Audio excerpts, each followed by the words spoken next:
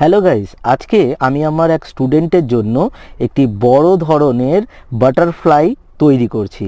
Butterfly তৈরি করার জন্য প্রথমে দেখো আমরা কাগজটাকে সুন্দর করে বাটারফ্লাইয়ের যে ডানা তার মাপ করে এবং সুন্দর ডিজাইন করে কেটে নিয়েছি।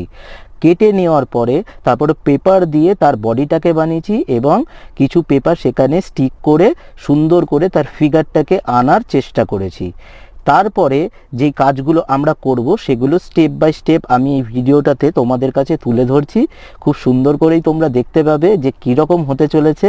উইংসটাকে একটু ডেকোরেট করার জন্য কিছু পেপার কেটে তার মধ্যে কালার করে এগুলো করতে হয়েছে, কারণ খুব অল্প সময়ের মধ্যেই আমাকে এটা বানানোর ছিল। কারণ এটা বানিয়ে দেওয়ার পরেই ও কিন্তু স্কুলে নিয়ে গেছিল।